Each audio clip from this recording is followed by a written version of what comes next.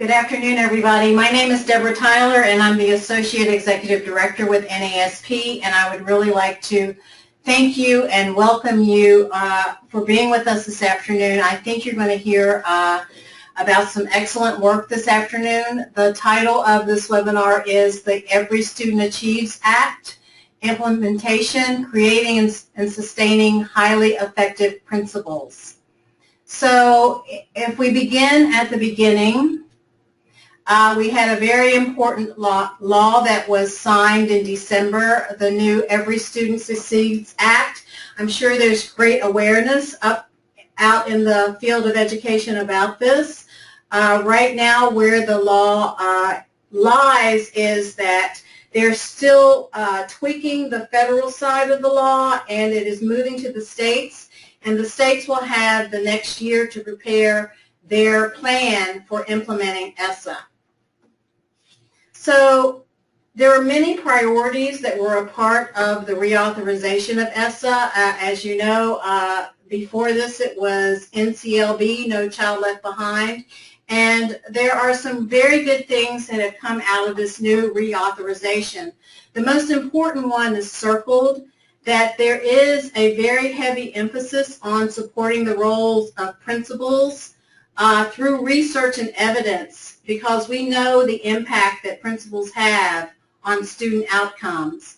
The rest of the priorities, I'm going to let you read through them on your own, but the most important one today, and what we'll be talking about during this webinar, is the highly evident impact of principals and schools.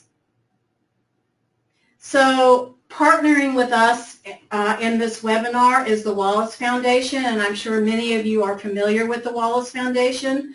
Since 2000, the Wallace Foundation has published more than 70 reports on leadership, and part of what their research is telling us, and they've also worked in 24 states and numerous school districts looking on how to improve leadership models.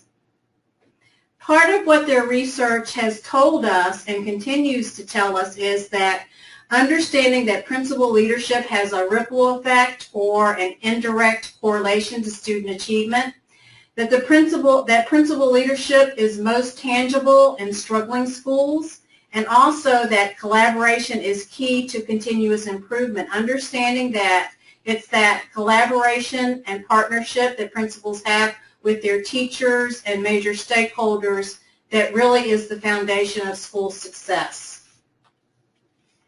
Also contributing to this body of evidence are two very important facts. Effective school leadership is second only to teaching among school-related factors in improving student achievement, and also that school leadership has the most impact with schools with the most needs. Centering part of this work are the 5 key practices: shaping a vision of academic success for all students, creating a climate hospitable to education, cultivating leadership in others, improving instruction, and managing people, data, and processes to foster school improvement. These 5 key practices are very much research-based, and when we look at principals and schools that are successful, principals are able to execute these 5 key practices very well. Also, the Wallace Foundation has been involved with the Principal Pipeline Initiative. It's been a 5-year undertaking that's helping districts develop larger corps of effective school principals and aspiring leaders. So really looking at their succession planning. So currently there are 6 districts who are part of this initiative, and we're very lucky today to have Charlotte Mecklenburg be a part of our conversation and talking about the great work that they've done in their district as far as the principal pipeline. You'll also see Denver, Gwinnett, Hillsborough, New York City, and Prince George's County. So I want to introduce you to our presenters for today. We will be joined by Nicole Cathy, who is the project manager for the Principal Pipeline in CMS. So as the project manager in CMS and being a part of the Leadership Development Office, Nicole works with the operations of the Wallace Grant and builds capacity for leaders to reach their professional learning goals. Nicole started her career over 18 years ago as a teacher in Prince George's County. She also worked in Maryland with Montgomery County Public Schools. And with Nicole today is Dr. Tisha Green. And so Tisha Green began her career in education as a North Carolina teaching fellow at the University of North Carolina at Charlotte. Dr. Green has been a principal for the past 7 years and is entering her second year as principal of Oakhurst STEAM Academy, a partial magnet school focusing on science, technology, engineering, arts, and mathematics. And so she opened this school during the 2015-16 school year. Moving on, also joining us is Carmen Concepcion. So Carmen began her career 18 years ago with Miami-Dade County Schools in Florida. During her career in Florida, she taught ESL grades 2, 3, and 5, as well as serving as academic facilitator in a successful Title I bilingual school. She relocated to Charlotte in 2007, and during that time she spent 4 years as an assistant principal in Title I schools, and Carmen was named principal of Oaklawn Language Academy in 2011 and continues there to date. And we'll talk a little bit more about the awards that Carmen has been bestowed in her work there. Also joining us today is Gina O'Hare. And so Gina is from Charlotte, North Carolina, and works in the CMS school district.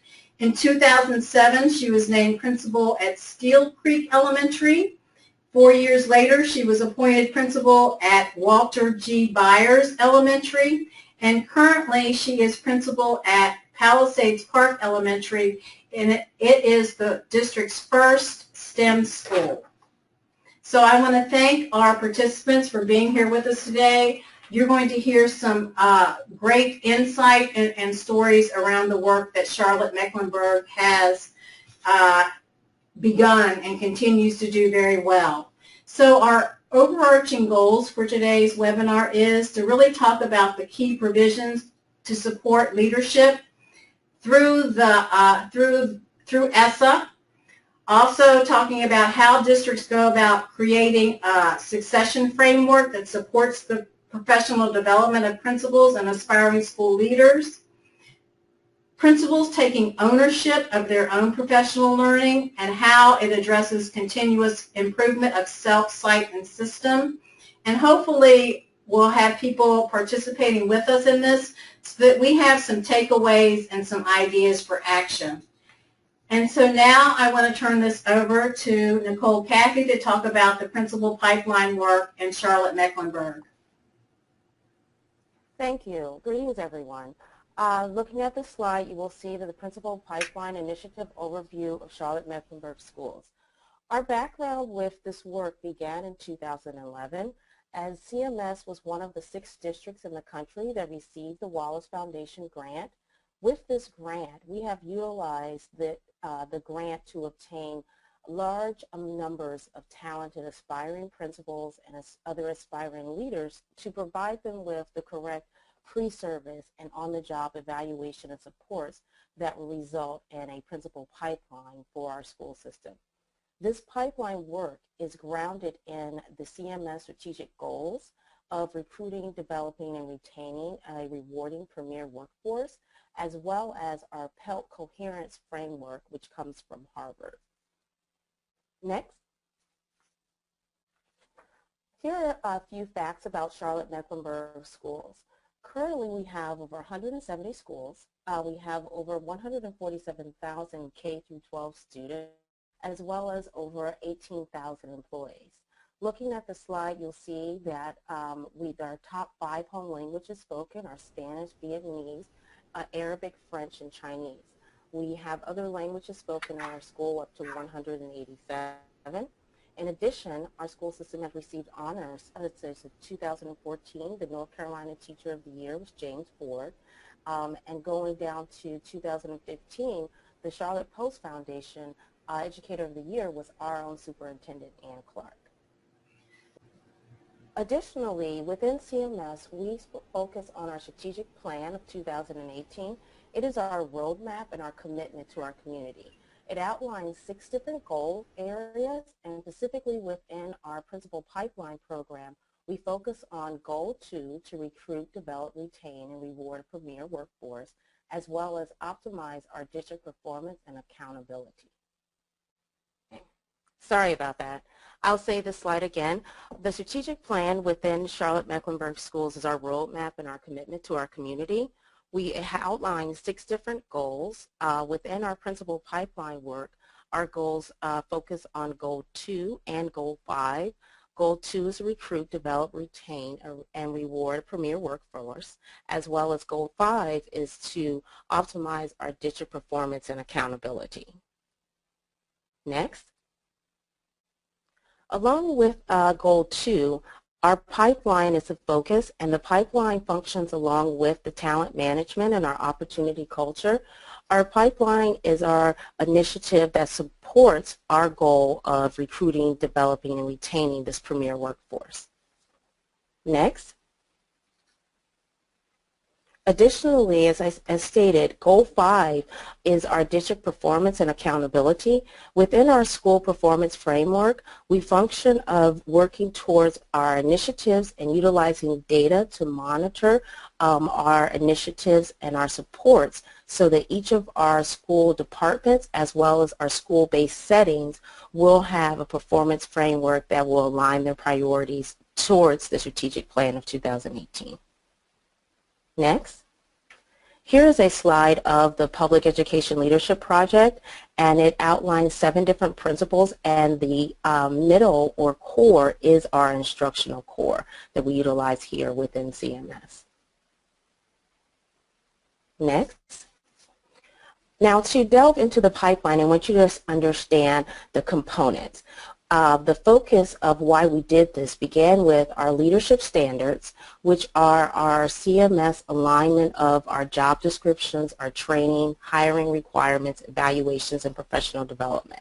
We therefore moved into high-quality training. We look at selective hiring and on-the-job evaluations that will support our 5th component, which is the alignment, capacity, and quality assurance. It is built upon the other 4 areas of leadership standards, high-quality training, selective hiring, and on-the-job evaluation and support. Next. Within our pipeline, we begin with our partner programs. Our partner programs are university preparation programs and administrative degrees. We have a partnership with 4 local universities, Queen University, University of North Carolina, Charlotte, Wingate, as well as Winthrop. These partners underwent a quality measure self-assessment to ensure that they were incorporating the leading research on effective principal preparation. And we coordinated and collaborated with them to ensure that these items were used within their programs that we would prepare our aspiring leaders with. Next. So beginning in our pipeline with our assistant principal induction program. We have 3 components for our assistant principals. They are the first principals, and we hold monthly meetings with the Leadership Development Office or executive directors, which come from our principal supervisor's office. In the second year in your assistant principal program, you attend an academy, which is held at Queen's University, and you also shadow a sitting principal. Additionally, we have another opportunity called our principal intern program. And this program is for high potential assistant principals, and it's a year-long program where they work with a school to enhance their skill set for those individuals and prepare them more for the principalship based on the CMS competency, skills, and beliefs. Next. Now this is our principal induction program. What we did with the principal induction program, we wanted to have a balanced, we wanted to balance the responsibilities, but we also wanted to ensure that we were looking at behaviors and actions that would lead for more performance within their social learning, as well as problems of practice for current principals. So within your first or second year as a principal, we begin with instructional leadership focus. And that instructional leadership focus starts with a time management program that we utilize called the Together Leader. This time management program also supports the priority planning and focus of alignment of time. And then we move into a consulting coach model at the same time. Within the first and 2 years, the consulting coach model supports looking at some of the best course of options when you're looking at problem solving and solving challenges. It is a mentor coaching model that is non-supervisory, and it is based in reflective conversations to build on specific strengths. Moving from the years 1 and years 2, we move up into learning about leadership. And learning about leadership allows for a principal to see the use of the distributive leadership styles within their school-based settings, looking at organizing their environment to respond to diverse needs. These areas are utilized within the Queen's University Leadership Institute, which is a half-of-year program for all of our year 3 principals. And going into year 4, we look at demonstrating leadership. This is where we reflect on the leadership and ensure that we have an environment that's integrating, the values that are based in the school. We look at workplace learning, we look at social learning, and we look at structured learning through our capstone project with the Center for Intentional Leadership. Next. I want to stop you there a minute, Nicole, and Sure. just elaborate a little bit more on this slide. And so NASP has been very happy to partner with CMS in instituting the mentoring program there. But I thought it's very unique to see that your school district supports principals during their first 4 years of the principalship. And so in looking at your diagram, how did you decide that years 1 and 2 would focus on instructional leadership as opposed to learning about leadership? We wanted to look at some of the skills and dispositions that we wanted to actually build in order to focus on the instructional leadership first would allow the principals to create a culture of continuous learning within their schools, and that skill set would be needed in order to move into learning about their own leadership styles and to looking at situational awareness as we look at the consulting coach model and things of that sort, that we would be, it allowed us to focus on the actions and behaviors that were needed to sustain a culture of continuous learning within the school. And then that would allow us to move into year 3, where some of those problems of practice, our social learning, our solving challenges, could support their learning about what leadership is within the year 3. Okay, and so in year 4 in the demonstrating leadership category, you mentioned a capstone. So is this some type of project that the principals complete during this time? Yes, it is a reflection of their leadership styles based on their actions and behaviors or characteristics of leadership that they've been displaying in their schools for the past 3 years. This helps them support their environment by looking at the interactions within the school, their interactions themselves, and understanding is those predetermined outcomes, are they there as values in the school? And looking at their environment and looking to see what specific strengths they have, and then what areas of skills do they need to build their own capacity. So it's really a time where it's demonstrating that leadership, but it's also a build upon them being reflective of their actions and practices and how they're interacting within their environment.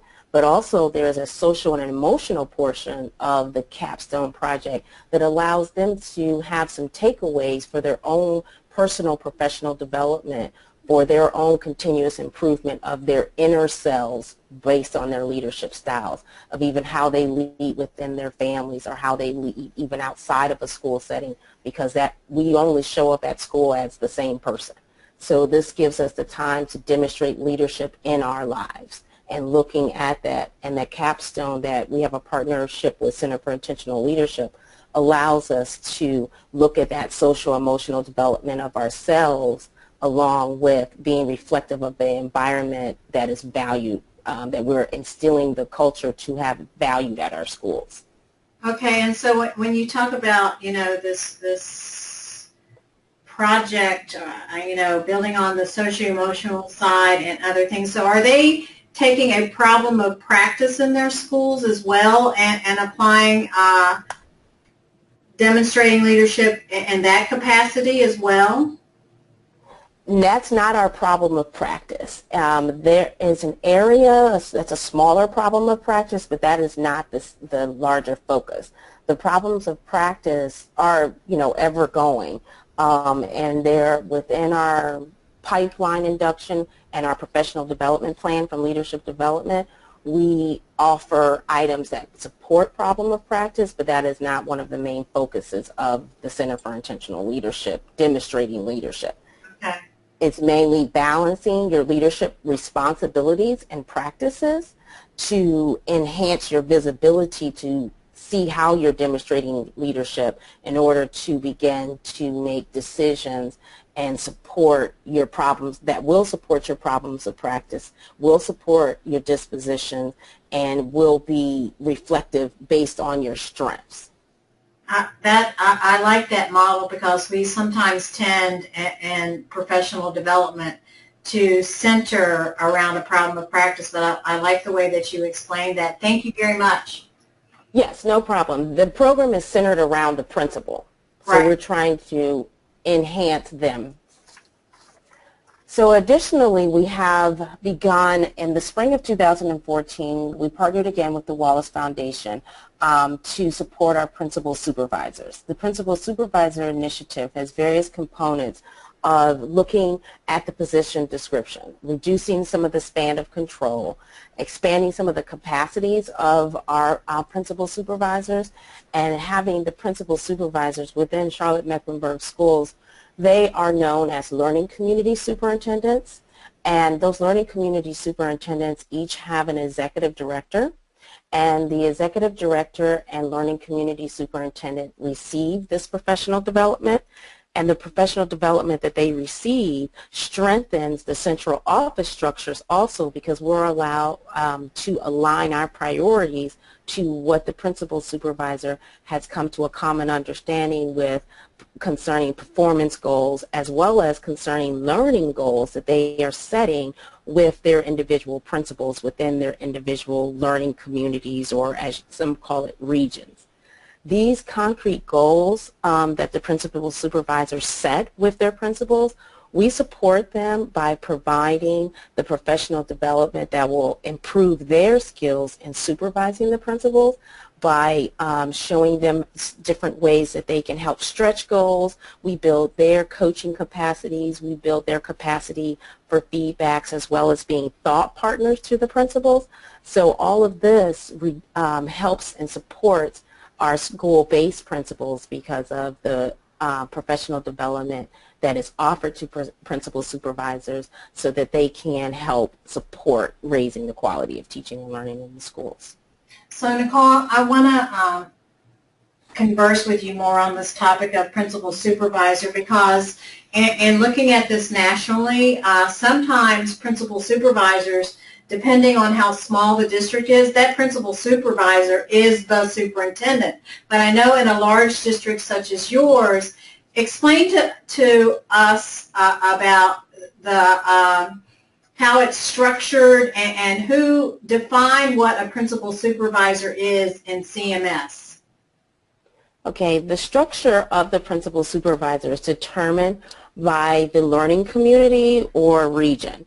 The learning community or region is divided by demographics of north, south, east, northeast. We have some initiatives such as Beacon or Project Lift, schools that they have their individual learning community supervisors.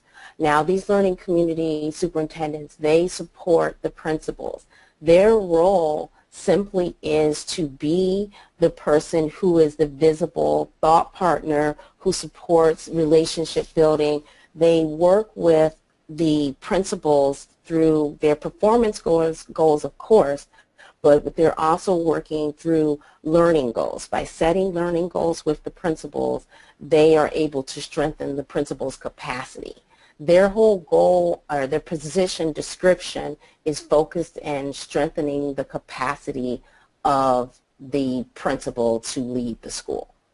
Right, and I see, you know, one of your bullet points is strengthening the central office structure. So do the principal supervisors sometimes lead as a conduit between the principal and central office? Yes, they do. The principal supervisors, their offices in themselves act as a central office structure. So that structure, any other departments, say HR, say exceptional children, child nutrition, we all will function with the principal supervisor's office as a central office structure. So because of the collaboration of the principal supervisor setting goals and initiatives within their learning community of all of their schools, that will allow someone such as my office of leadership development or any other office to see what are the alignment of priority plans or areas of improvement that they have set, or any ways that we can support cultivating leadership within their learning community. We as the central offices can support those structures because of the relationships that are built from the learning community superintendents at their direct school base. Great, thank you. No problem. Next.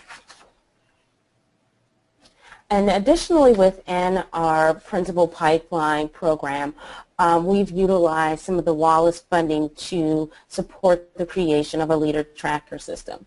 And the leader tracker system was designed to support the completion of principal evaluations and recognize the professional development needs and identify potential leaders or mentors. At this moment, we are just beginning our rollout with principals, and we have a pilot program going now where we're looking at some user groups within the learning communities or regions, and some of our staff base, such as currently the principal supervisors and the executive directors, have access to the system, and the system shows the individual principals which professional developments they've had, as well as preparation programs that they've attended, and alignment with any aspiring leaders. We have a tracking system of that. So the leader tracker system has allowed us to see from a data tracking system and an online tool where our leaders are, so we're able to align professional development as well as continue the work of the pipeline. Next. And lastly, here is our North Carolina Standards for School Executives. These standards are the basis of all that we do within the Leadership Development Office and all that we do for the Wallace Key 5. We have created Charlotte-Mecklenburg Schools Competency, Skills, and Beliefs for our school leaders. We utilize this to reach our strategic goal of retaining and hiring within our pipelines. And we also utilize this to cultivate leadership in others. The cultivation occurs through the professional development that's based on these competencies, skills, and beliefs for school leaders, which are all directly have a foundation into our North Carolina standards for executives, our school leaders. Great. Thank you, Nicole. You really provided a great overview of the very important work that's been going on in CMS and supporting the principal pipeline. So kudos to your district for really, digging deep and making sure that this alignment is there to ensure the success of school leaders. So we're very fortunate today to have three principals joining us who represent three very unique schools. We have a STEAM school, a STEM school, and a language academy. And so first we'd like to introduce Tisha and have her talk a little bit about Oakhurst STEAM Academy. Well, good afternoon. Again, my name is Tisha Green, and Oakhurst STEAM Academy is a K-5 partial magnet, and we serve, so part of our students come from our neighborhood feeder pattern, and the other half come from the magnet lottery. So we have this year, if you want to go to the next slide, about 650 students. We just opened last school year, so we're starting the third week of our second school year. And again, we are a kindergarten through fifth grade school. And as you can see, our demographics were about 43% African American, 6.4% Asian, 31.2% Hispanic, and 16.3% white. And we have students that speak over 30 different languages that come to our school, everything from Russia. We have students from Russia to students from Eritrea and Ethiopia. And we really have not only just a diverse population of students, but also staff. And so to really focus on STEAM at our school, we believe in integrating as much as possible the STEAM areas. And our students complete an integrated STEAM-based project usually every quarter. Some in the upper grades have more than one per quarter, or they work on smaller projects that kind of come together in what we call an epic build. We are also a one-to-one school, so every student, kindergarten through fifth, has a personalized learning device, which is a Chromebook this year, to utilize. And we also offer a computer science program at the elementary level, and we are just one of two elementary schools in the district to offer that opportunity. And so, as we enter our second year, what we're really trying to focus on with our students is just strengthening our STEAM focus, specifically with the arts, because that's an area where a lot of teachers weren't as comfortable with the integration. And so we have some amazing partners, and we're really trying hard to get teachers to see that arts integration can be a natural integration in their regular daily work as they're working with vocabulary, or as they're working to build things through engineering or incorporating technology. Teachers can also find ways to bring in the arts. Right. I mean, this is great. And so, one of the things, I wanted to collaborate with you more about is especially the arts piece of, what I call putting the A in STEM. And so you did talk a little bit about your arts integration piece, and I think part of the beauty of ESSA is that I see the pendulum swinging back that's going to allow more opportunities for innovation in teaching and learning in schools. So can you elaborate a little bit more about how you infuse the arts at the Academy? Absolutely. So we're really fortunate that one of former kindergarten, now first grade students, his mother is actually the executive director of a arts integration program called Sarah Lily Grace. And really what they are doing is trying to help teachers and provide professional development to teachers on how to infuse the arts into their daily curriculum. So a couple of examples that we've done just last school year was our fifth grade students were learning about weather systems, and so to integrate weather systems, they collaborated with our first grade students and put on a weather play. And so it was an amazing performance. Not only did the students, learn speaking parts and learn information about weather and weather systems and patterns, but they also learned how to make sounds, weather sounds like rain and thunder and lightning, just using their bodies. And the parents loved it. It was an amazing performance. We also started a tradition last year that we take 5th grade to Washington, D.C. and 4th grade to Atlanta, and our students actually built or engineered the landmarks that they saw in Washington, D.C., but they just used construction paper and they used tape. And so they were able to engineer to show the students that weren't able to go to Washington, D.C., the different monuments, but they also infused math because there were certain dimensions that they had to meet for that. So those are just, a couple of the ways that we've been trying to integrate more of the arts. And of course, we use vocabulary as a way to do that in our K-5 classrooms. And the teachers have become really creative, especially with the music integration, as much as they can. So what has made leading in this type of school more unique as opposed to your leadership in other schools? What are your points of pride, and how have you grown as a leader in this type of environment? Well, I think when you're starting a program and there was no other STEAM school or elementary school in the district before I opened the school, one of our middle schools has added the STEAM program on so that we actually have a middle school feeder, but they were already in existence. And so I think when you open a new school, the first thing you have to do is kind of shape a vision and try to figure out what is it that I want this school to focus on, both instructionally, but also what do I want it to be known for culturally, because we were opening in a neighborhood that's a very well-known neighborhood. The neighborhood turned 100 last year, and the residents really wanted this school.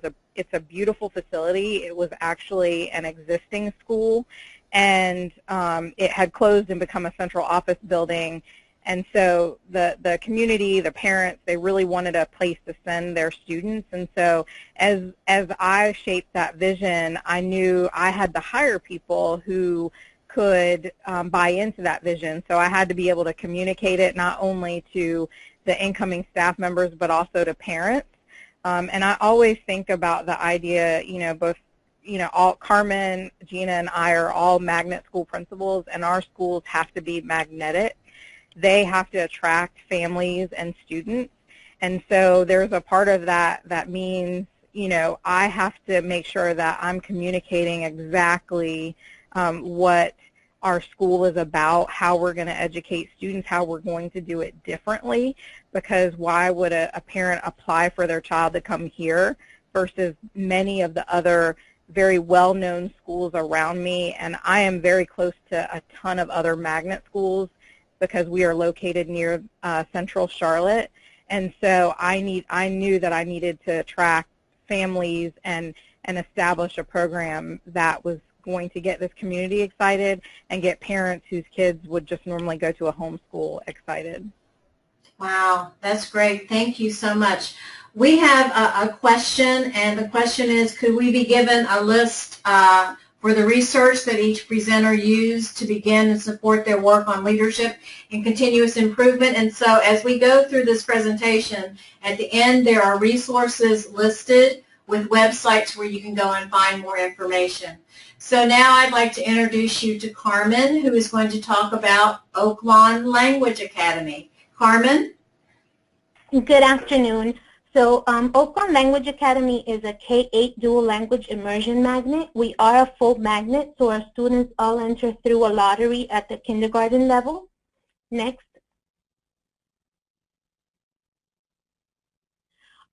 As you can see, we have about 550 students, so relatively small, but we do have a 50-50 model of instruction. So ideally, we need that language model to support our demographics. So we have about 50% native Spanish speakers and 50% non-native Spanish speakers, and that way both languages support each other. We have 45.7% African American, 2.4 white, and then 1.5 and 0.4 Asian and multiracial. On the side, you see a model of or a table of the model that we use. So in kindergarten, all of our students come in and they learn all core subjects in Spanish, whether they are native Spanish speakers or not. starting in first grade and on through eighth, students learn in a 50-50 model. They have two teachers, and one of them teaches in English, language arts, writing, and science. The other teaches math in Spanish, social studies in Spanish, and Spanish language arts. By the time our students leave eighth grade, they do leave with 2 high school credits for Spanish. Next. We are a school that is very diverse, not only in our students, but also in our staff. Because of the Spanish-English model, we recruit teachers that are bilingual and are native speakers from Latin America and Spain. Currently, to name a few, we have teachers from Puerto Rico, Colombia, Mexico, Spain, Cuba. And so our students are able to hear a lot of different dialects in Spanish, not only just Spanish, but they enjoy a variety of cultural experiences from their teachers. We are nationally and state recognized. In 2012, we received the Ronald P. Simpson Award from Magnet Schools of America, and that is considered the top magnet award in the nation for the year. We were also recognized by the state as a Title I reward school in 2014. We have been since then either a magnet school of distinction or excellence. This last year, we are a magnet school of excellence. We have a school garden, which is supported by the Green Teacher Network. Our students support that and work with some teacher assistants, and then they donate the harvest for crisis assistance or friendship trays, which are local food shelters. Our eighth graders experience an end-of-year class trip to European or Spanish-speaking countries, and so in the last 3 or 4 years, we've taken them to Spain, France, and Costa Rica, and they are able to experience full immersion there and practice all of the Spanish skills that they have. Other language opportunities that we have at the school are the bilingual news program, which happens every morning, and it is run completely by students, and also our school store, where students that want to make purchases have to do so in Spanish. So, Carmen, I wanted to talk to you a little bit more about your configuration of being a K through 8 school. And so I know, schools are configured differently across the nation. So can you talk to us a little bit about the advantage of having a K through 8 span within your school? Sure. One of the advantages that I see mostly is that it is a cohort of students. Having worked at Title I schools, we see a lot of mobility and transience in those schools, but at this K-8, it's been very consistent, and there are some kids that have been here even up to the 9 years altogether. And so the staff knows them very well, they know each other very well, and can interact with a much deeper relationship. And so moving on to the 6th grade, our students have a smaller middle school than they would experience regularly. And so those teachers, a lot of times we lose those lower grade strategies in middle school. And so those teachers are able to still stay in that mentality and kind of meld the two, the two styles of elementary and middle school to transition students out better. So there's more attention on a one-on-one level with the upper grade students as well. Right, so I was going to ask you, so, given that span, how does teacher collaboration work within your school? Because I imagine, in this type of configuration, it would be very easy to become a school within a school. And so how do you address that and guard against that in your school? Well, you're exactly right. It is something that we've had to guard against. I'm sorry, I'm hearing some feedback.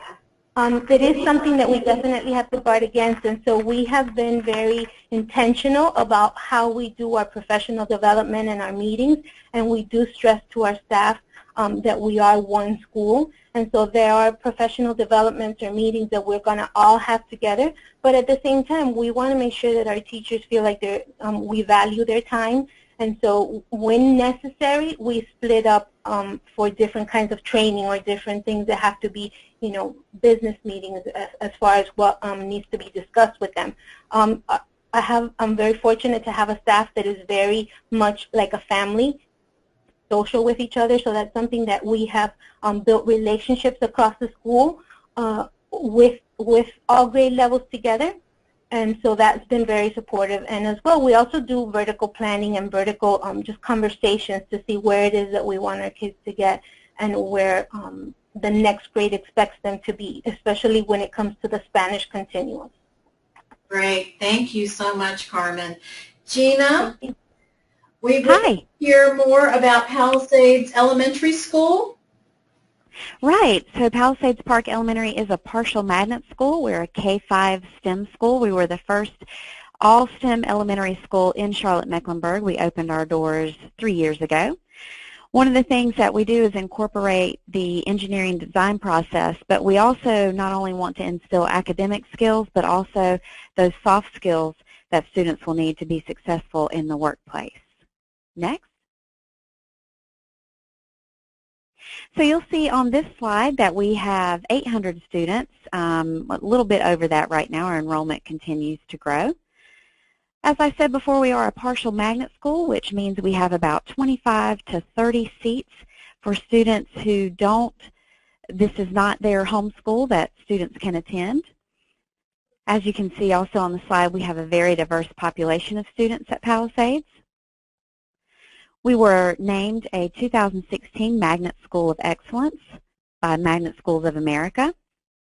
And one of the things I want to talk about today that's unique about our school are all the different partnerships and volunteers that we have that really help give our students some really great experiences. One of our partnerships is with Discovery Place. That's a museum located here in Charlotte.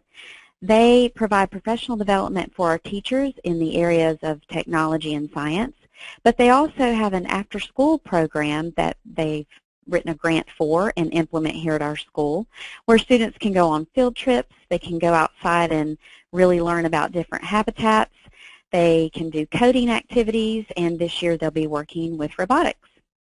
We also have partnerships with several businesses in and around the school, which allow our students to go on field trips and really see what engineering is in the workplace. Another partnership that we have is also with our feeder pattern schools, so we are able to partner with the middle school and high school so that those kids come down and work with ours, and that makes great relationships in working with our families and schools. So that's a little bit about Palisades Park. Wow, that's wonderful. I've had the pleasure of participating with Gina in a webinar, a Wallace Key Practices webinar before, where she talked about, opening a new school and creating a vision. So it's very obvious to me that you've done some great work in this school, and again, kudos and how you pulled this together to make this a great place of learning for students and a great place for teachers to be as well. So I want to take some time. You're very welcome. So I want to take some time and go into some of our discussion questions. And the first one is not on the screen, but I want to reframe our thinking around the Every Student Achieves Act. And as I explained earlier in the webinar, we are in a very unique place now. It's moving from federal to states. And so, Nicole, can you talk a little bit about where CMS is and they're thinking about how they're going to address ESSA? All right, thank you. At this point in time, CMS Schools is taking our directives from the state of North Carolina. Our timeline within the state of North Carolina is to collect feedback at this moment. As we're collecting this feedback within our school system, we're looking at our individual priority plans via our departments and our schools, and we're providing feedback as asked for our state, and then we are looking to see if our priority plans allow for that area of development. Within our leadership development office to support our pipeline, we're looking at the behaviors and actions behind instruction and climate and how this impacts our student outcomes. Part of that process is our collaborative moves that we have within our departments and our school-based settings, and ensuring that we have alignment of our priorities for readiness in order to implement the draft that North Carolina is currently presenting. Great, and I know that, you know, a big piece of ESSA, especially under Title II, is ensuring that there's professional development for principals within districts, and I can see that CMS is well on the road in providing that, so it'll be interesting to see, you know, once everybody settles on what their plan of action is going to be with ESSA, how CMS takes it to the next level. And so really reaching out to the principals on this idea around ESSA. So in the beginning of the webinar, we talked about the importance of knowing self, site, and systems. So I want to talk to the principals about, you know, where do you really see yourselves in ESSA as far as yourself, your site, and your system. So I'll work backwards. So why don't I start with Gina on that? All right, so I'm not sure that it's at this point it's impacted us too much, especially in CMS where our focus is always on you know, improving student achievement. But I guess it's really going to help us zero down to what we need in each of our schools, and hopefully the state will give us support in that. And when I take a look at, for myself, what I need PD-wise, I always look at the needs of my staff, or, you know, the individual uniqueness of my program, or what gaps my students have, and then I form or look for things, classes that or trainings that will help me make my school a better place and make everyone grow.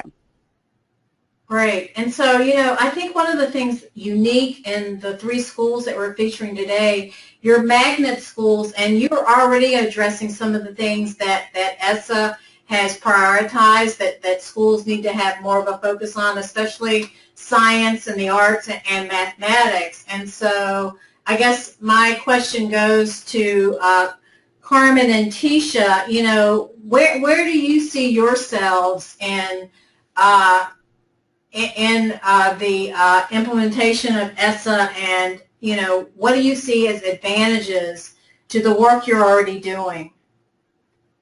I agree with your statement. I think that we have been working towards those things, and especially when it comes to being a Title I school, I feel like we are focused on that performing highly. So just because we are Title I, that doesn't mean that we're low performing. In fact, our scores have been steadily increasing. So that's something that we're very proud of. As far as myself benefiting from things, I think that I've benefited from the support and the professional development that CMS has invested in me as a principal, and that's been very, very life-changing for myself as a principal and as just a leader in general. At our site, I also very much focus on professional development for teachers, so that's something that it's validating. I see some of these points that ESSA brings up, and it's things that we have been working towards, and so it's definitely validating and making us feel like we are on the right track. As far as system, it's interesting to see like what's going to happen with accountability. There are so many things that you know, have been put in place as far as evaluating teachers based on results and those things. So I'd be interested to see, like, how is this whole pay for performance thing going to affect our system, and how is it going to affect accountability? Great, Carmen. You really brought up some really good points. Is there anything else that you want to add, Tisha? Well, one of the things that I would say our district, you know, both at a site level and a systems level, is that, you know, our district is kind of diving headfirst into personalized learning, and we began that journey this year with just 1 grade level.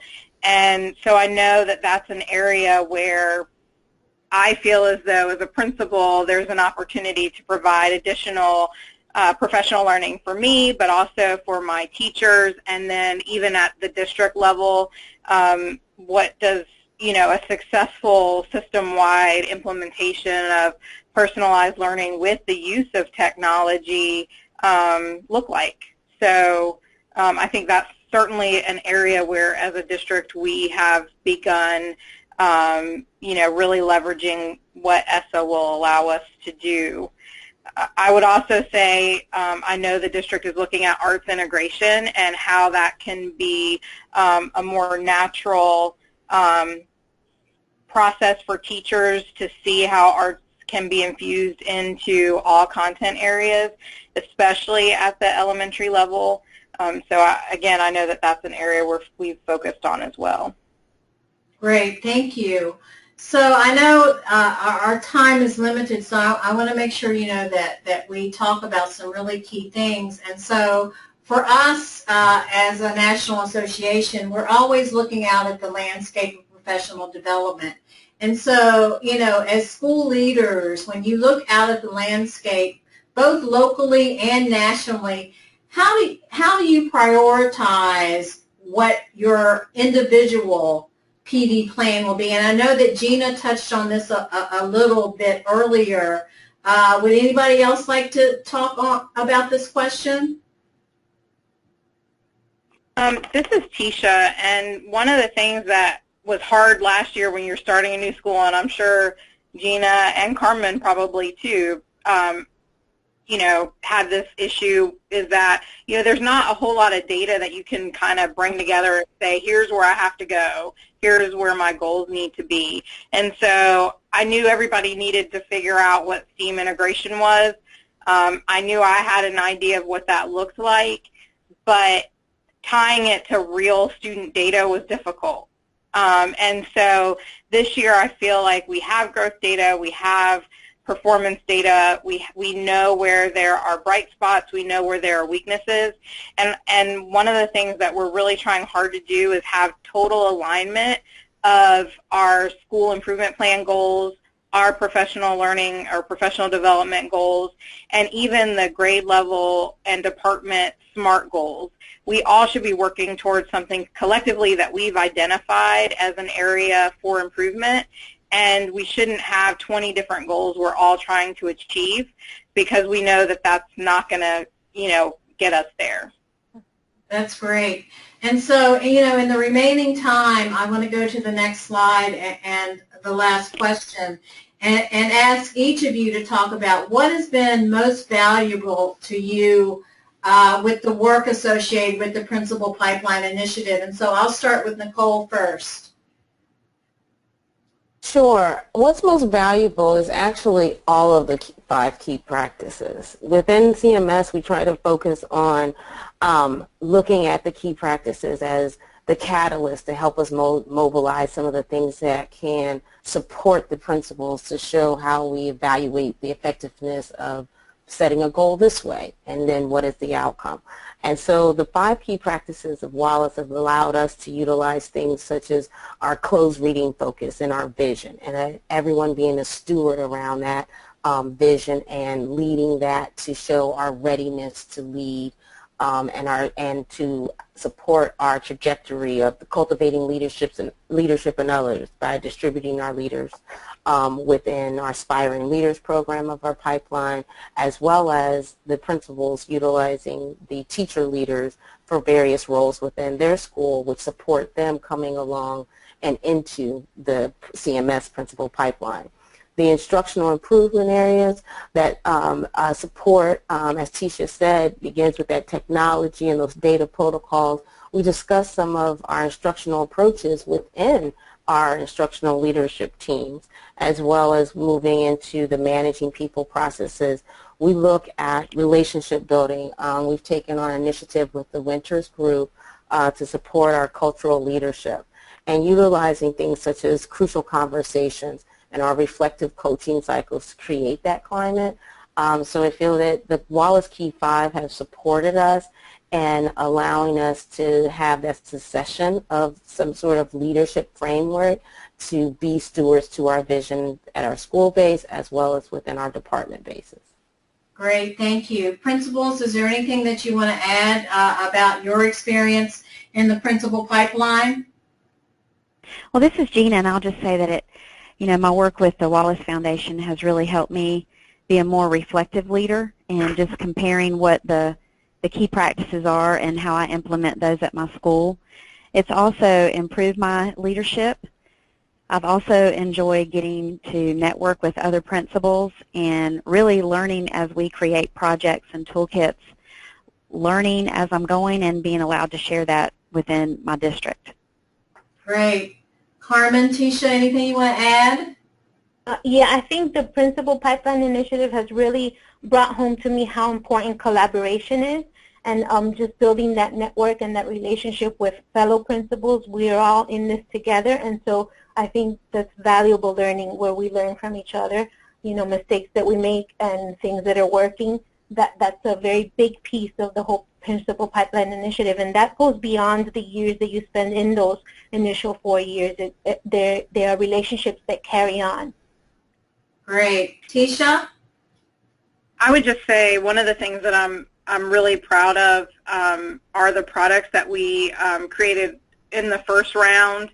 Gina and I worked on a tool for coaching assistant principals, and now we're working on new products and for each of the sort of 5 problems of practice, the Wallace 5, and you know, I'm excited to see what we're able to do, but specifically working with groups of principals to collaborate on these products and make them universal so they can be used not just in one district or one school, but nationally. Great, thank you. And so, as I promised earlier in the webinar, you'll see that we have a page of resources connected to the Wallace Foundation, NASP, the school district, and also I've provided information for each of the 3 individual schools. So again, I wanted to call to everyone's attention that we will be featuring the Wallace work at our 2017 joint NAESP-NASSP conference in Philadelphia in July. So here's another opportunity to hear more about Wallace and some of the great work that's been going on within the districts. And I would like to thank everyone for being with us this afternoon. I cannot thank CMS enough. You're doing incredible work. And I want to thank all of the school leaders out there who are part of this webinar today. Our hat goes off to you as an association because we really value the work that you do each and every day on the behalf of students. So thank you, everybody, again, and enjoy your evening.